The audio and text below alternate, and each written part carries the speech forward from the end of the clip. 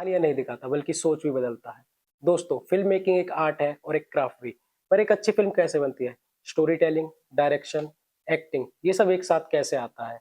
आज के एपिसोड में हमारे साथ मौजूद हैं 2 खास मेहमान, जो हमें फ़िल्म मेकिंग और थिएटर मेकिंग के अलग-अलग पहलुओं के बारे में बताएँगे। सबसे पहले स्वागत करते हैं मिस्टर विजय भटोतिया जी, जो कि एक अनुभवशाली थिएटर आर्टिस्ट, फ़िल्म मेकर और राइटर हैं। इन्होंने कई सारी हिंदी और हरियाणवी फ़िल्मों में काम किया है। 3 फ़िल्मों की कहानी भी लिखी है और साथ ही एक अवार्ड विनिंग शॉर्ट फ़िल्म भी की है।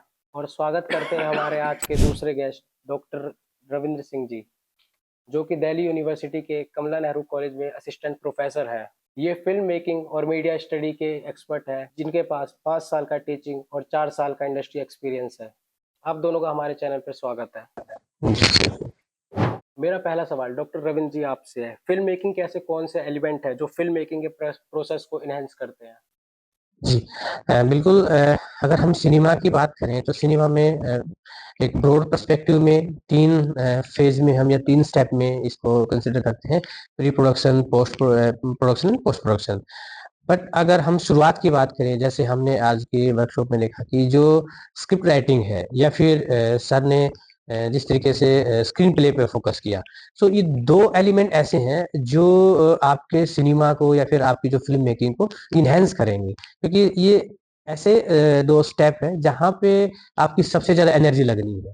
क्योंकि अगर आपका स्क्रीन राइटिंग या सॉरी स्क्रिप्ट राइटिंग या स्क्रीन प्ले बहुत बेहतर नहीं है या फिर उसमें अच्छे से चीज़ों नरेट नहीं किया हुआ है, तो जो कलाकार हैं या फिर जो एक्टर हैं, उनको अपने एक्ट को समझने में, उसको नरेट करने में, उसको प्रेज़ेंट करने में काफ़ी डिफ़िकल्टी या परेशानी का सामना करना पड़ेगा।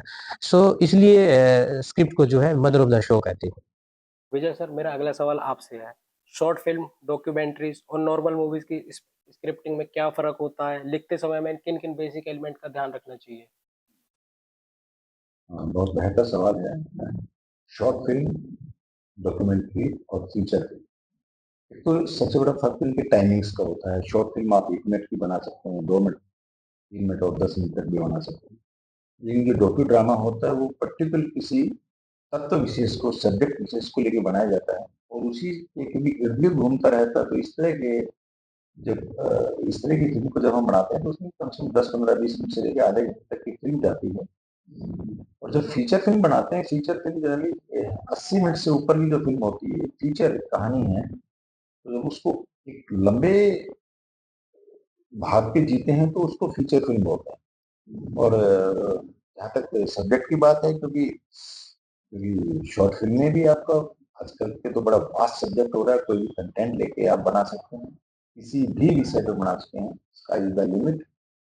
डॉक्यूमेंट्री फिल्म भी जब किसी चीज को आप चुनते हैं, आप जंगल पे बना रहे हैं, विषय वस्तु पे बना रहे हैं, जानवर पशु पे बना रहे हैं, तो डेफिनेटली उसी के बारे में सारी बातें करनी होती है। डॉक्यूमेंट्री फिल्म बड़े कन्फाइंड सी होती है, हमारे विषय वस्तु के इर्द गिर्द ही घूमती रहती है।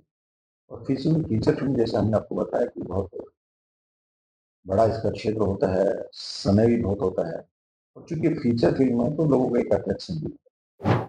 रविंद्र जी, मेरा अगला सवाल आपसे है। सर, आज के समय में सोशल मीडिया पर 90 सेकंड की शॉर्ट फ़िल्म ने लॉन्ग स्टोरी टेलिंग वीडियोज़ को किस तरह से अफ़ेक्ट किया है?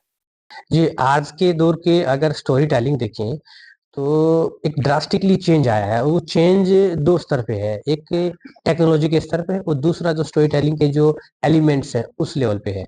देखिए, स्टोरी वही अच्छी होती है जो अपना मैसेज ऑडियंस तक कन्विंस कर जाए।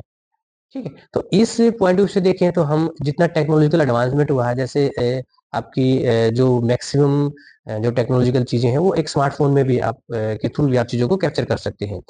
और मैसेज डिलीवर जितना शॉर्ट होगा, क्योंकि आज की जो ऑडियंस है उसका परसेप्शन, उसका स्पेन ऑफ टाइम वो चेंज हो चुका है। उसको कम से कम समय में मैक्सिमम कंटेंट चाहिए उसको। तो वो कंटेंट आप जितना कम और कंसाइज़ वे में देंगे, उतनी ही ज़्यादा सक्सेसफुल आपकी स्टोरी होगी।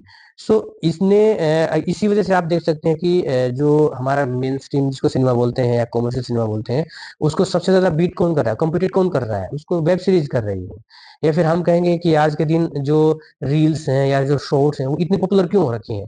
कहीं न कहीं वो रील्स जो 30 सेकंड्स की है, 60 सेकंड्स की है, वो एक मैसेज अपने साथ लिए कैरी किए हुए हैं और वो बाखूबी बहुत बेहतर तरीके से डिलीवर कर रहे हैं।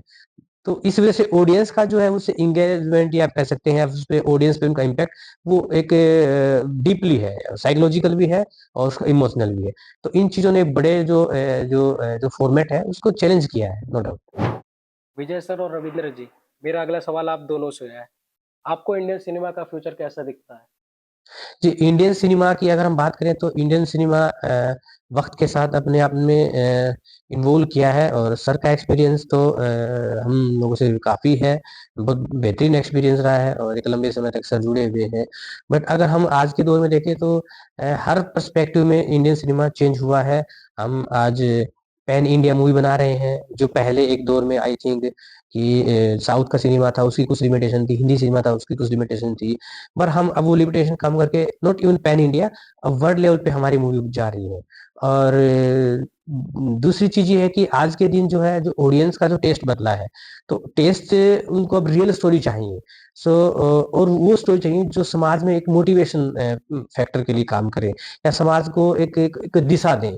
सो इसी पर्पज से हम जो हरियाणा फिल्म महोत्सव जो स्टार्ट किया है उसका पर्पज भी यही है कि आपको एक ऐसा प्लेटफॉर्म प्रोवाइड किया जाए जहाँ पे आप समाज में जो बेहतरी करने वाले हैं, जो सकारात्मक पॉजिटिव सोच के साथ कुछ काम कर रहे हैं, वो अगर अपना कोई स्टोरी टेलिंग करें या फिर अपना ऑडियो विजुअल मीडियम से कुछ अपना कंटेंट अगर क्रिएट कर रहे हैं तो उनको एक प्लेटफॉर्म दिया जाए। और जो हरियाणा फिल्म महोत्सव है उसका पर्पज यही है। और इसी तरह की हम चाह रहे हैं कि जो इंडियन सिनेमा है और चाहे वो रीजनल सिनेमा है, हरियाणवी सिनेमा है, उसमें भी जो उसका जो पॉजिटिव एस्पेक्ट्स है वो बाहर निकल के आए।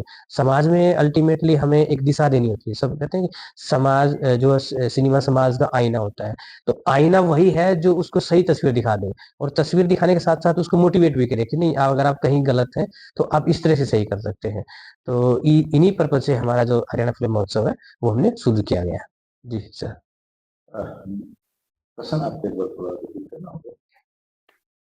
इंडियन सिनेमा का फ्यूचर आपको कैसा दिखता है? हाँ, सी, जब आपका कंटेंट बहुत बढ़िया है तो फ्यूचर है, और इंडियन सिनेमा का फ्यूचर है या इंडियन सिनेमा का फ्यूचर और बेहतर इसीलिए शायद हरियाणा फिल्म फेस्टिवल किया जा रहा है। इस तरह के कंपटीशन मतलब ऑप्टिमिस्टिक और पॉजिटिव कंपटीशन जब होते हैं तो जो राइटर्स होते हैं, प्रोड्यूसर्स होते हैं, मेकर्स होते हैं, वो डेफिनेटली अच्छा कंटेंट लेकर आते हैं। और कंटेंट बेस होता है इंडियन सिनेमा, अभी जैसा रविंद्र जी ने बताया इंटरनेशनल फेम हो रहा है आजकल, तो फ्यूचर तो अच्छा है। लेकिन क्योंकि अब टेक्नोलॉजी इतनी वास्ट हो गई है, प्रोड्यूसर्स इतने हो गए हैं, घर घर में फिल्में बनने लगी हैं, तो फिल्मों का जो वो दायरा था रिलीज का वो जरूर छूट गया है, उसकी ऑडियंस थोड़ी कम हो गई है। लेकिन किसी भी चीज का फ्यूचर बहुत बढ़िया है, अगर आप दिल से काम कर रहे हैं, देश के लिए काम कर रहे हैं, फ्यूचर बहुत बढ़िया है।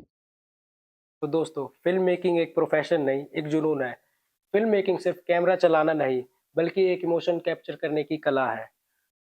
डॉक्टर रविंदर जी और विजय भटोतिया जी, आप दोनों का बहुत बहुत धन्यवाद।